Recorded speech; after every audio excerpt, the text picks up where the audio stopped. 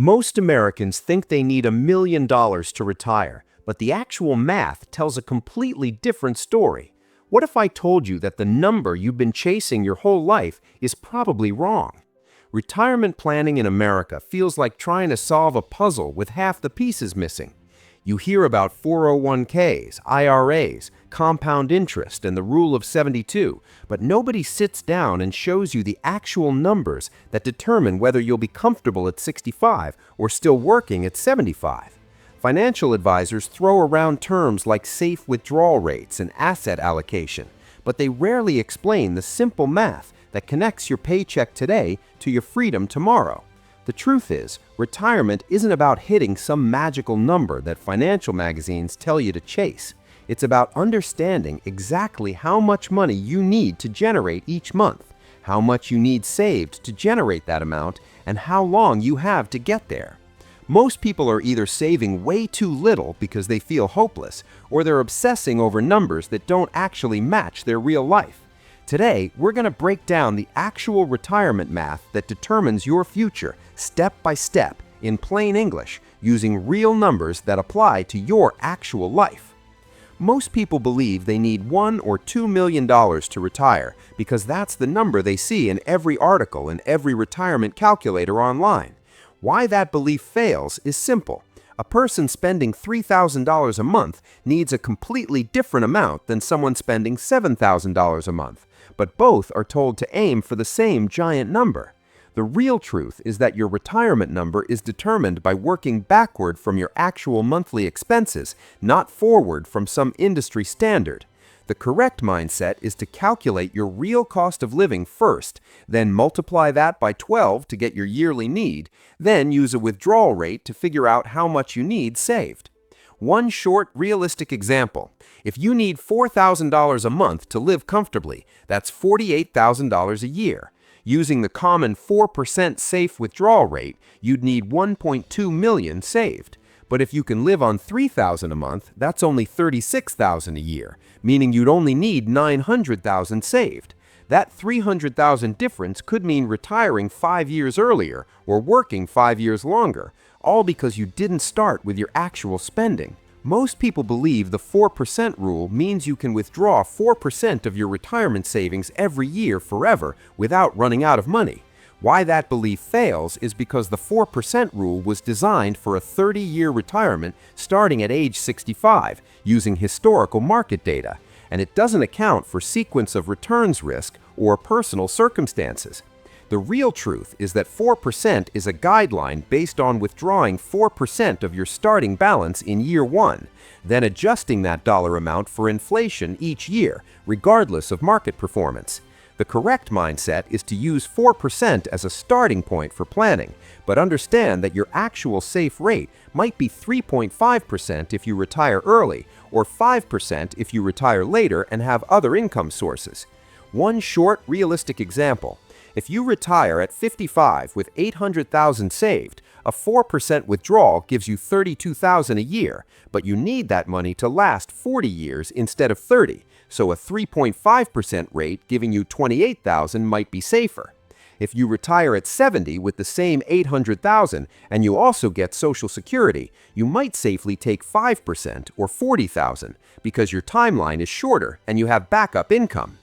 Most people believe compound interest is just earning interest on your interest, and they vaguely know it helps their money grow.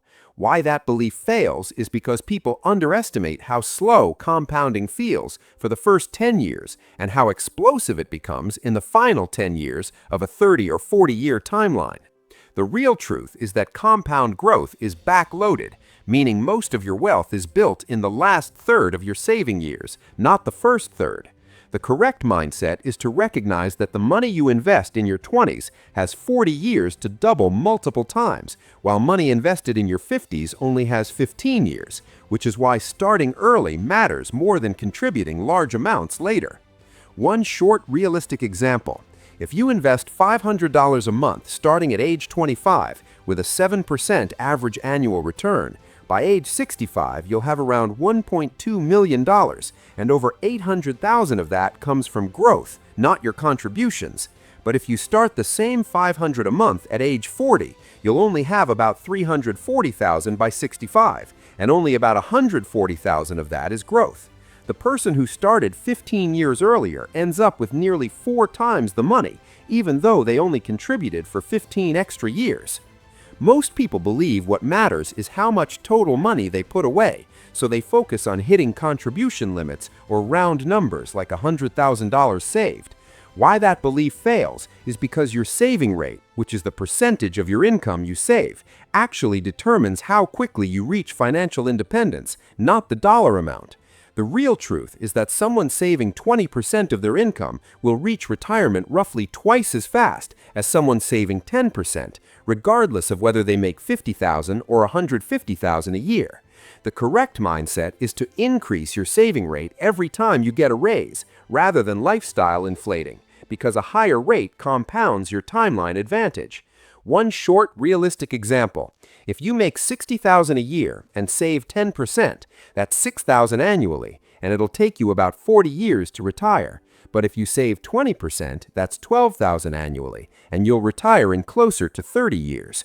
If you push it to 30%, you're saving $18,000, and you could retire in closer to 22 years.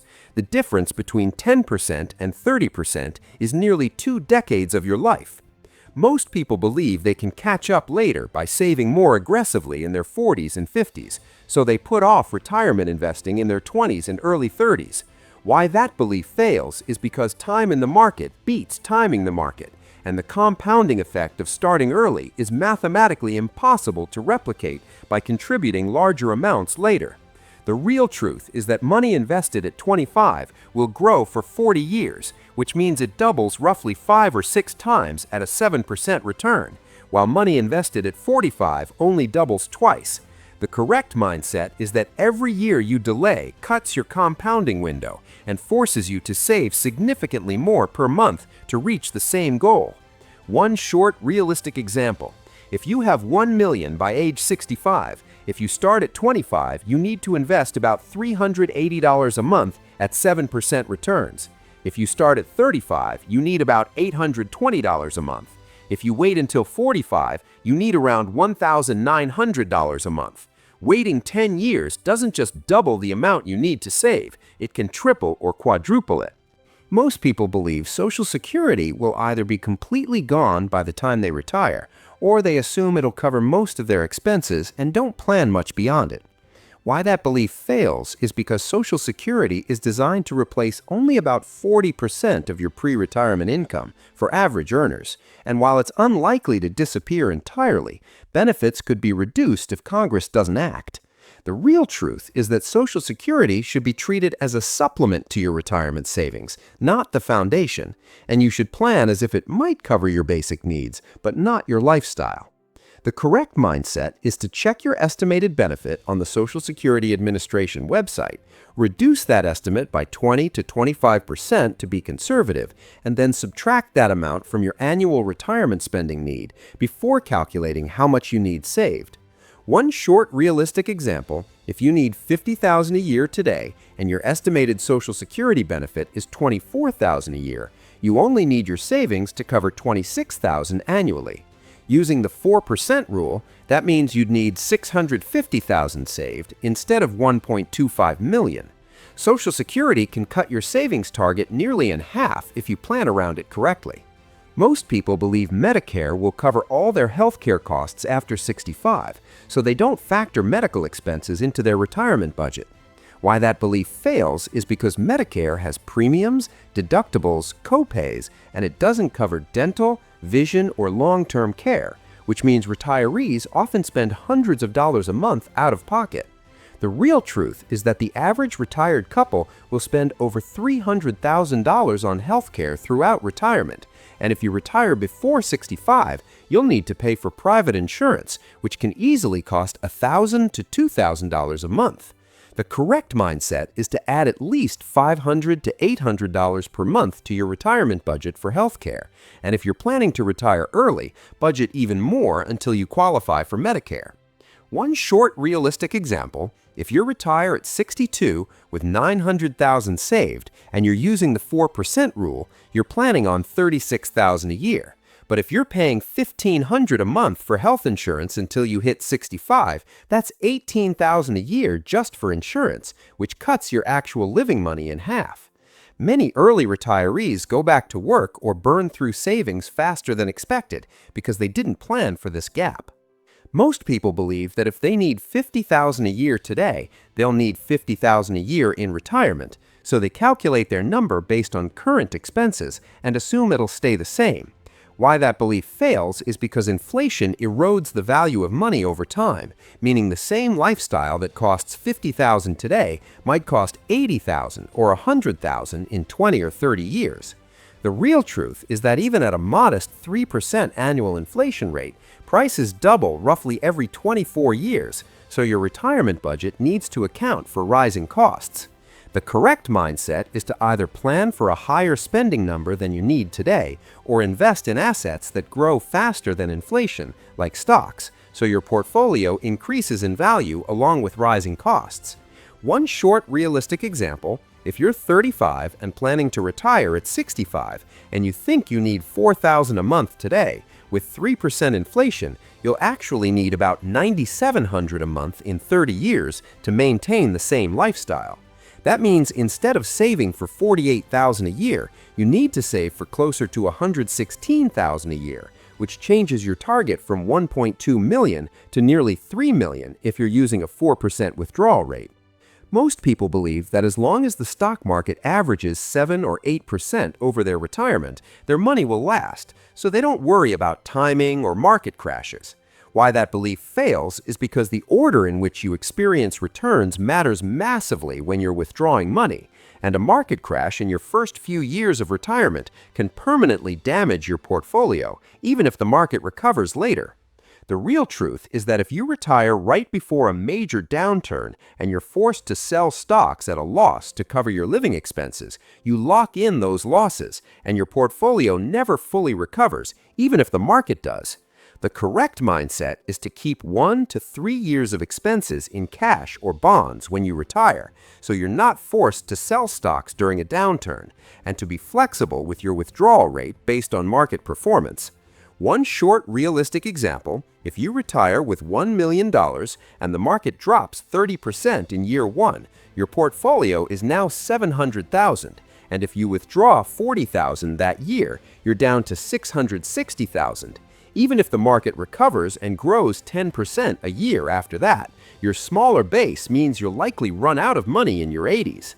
But if you had 2 years of cash saved and didn't touch your stocks during the crash, your portfolio could recover fully and last decades longer. Most people believe that 401ks and IRAs are just accounts where your money grows tax-free, so they contribute to them without understanding the real math of tax deferral or tax-free growth. Why that belief fails is because the difference between a traditional 401k and a Roth IRA isn't just about taxes now versus taxes later. It's about how much you actually keep in retirement and how it affects your withdrawal strategy.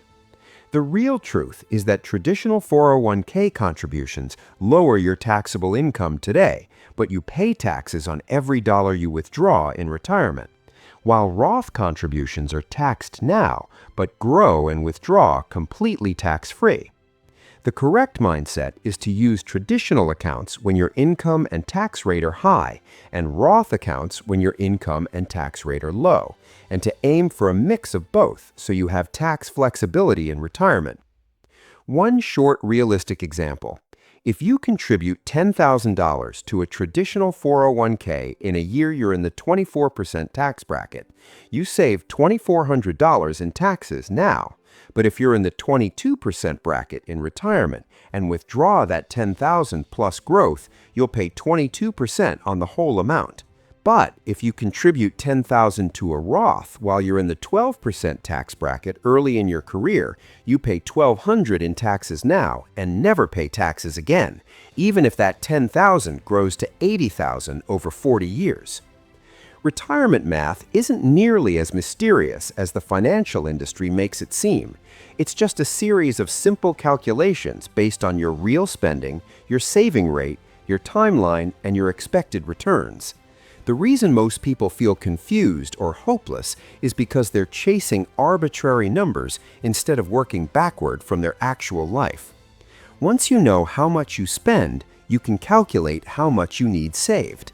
Once you know how much you need saved, you can figure out how much to contribute each month. Once you know your monthly number, you can decide if that's realistic with your current income, or if you need to either increase your income, cut your expenses, or adjust your retirement age. The math doesn't lie, and it doesn't care about your feelings or your excuses. It just shows you the truth. And the truth is that most people can retire comfortably if they start early, save consistently, avoid lifestyle inflation, and let compound interest do the heavy lifting. The ones who struggle are the ones who ignore the math for 20 years and then panic in their 50s when they realize they're nowhere close. Money is just a tool, and retirement is just the phase of life where you've built enough tools to stop trading your time for a paycheck.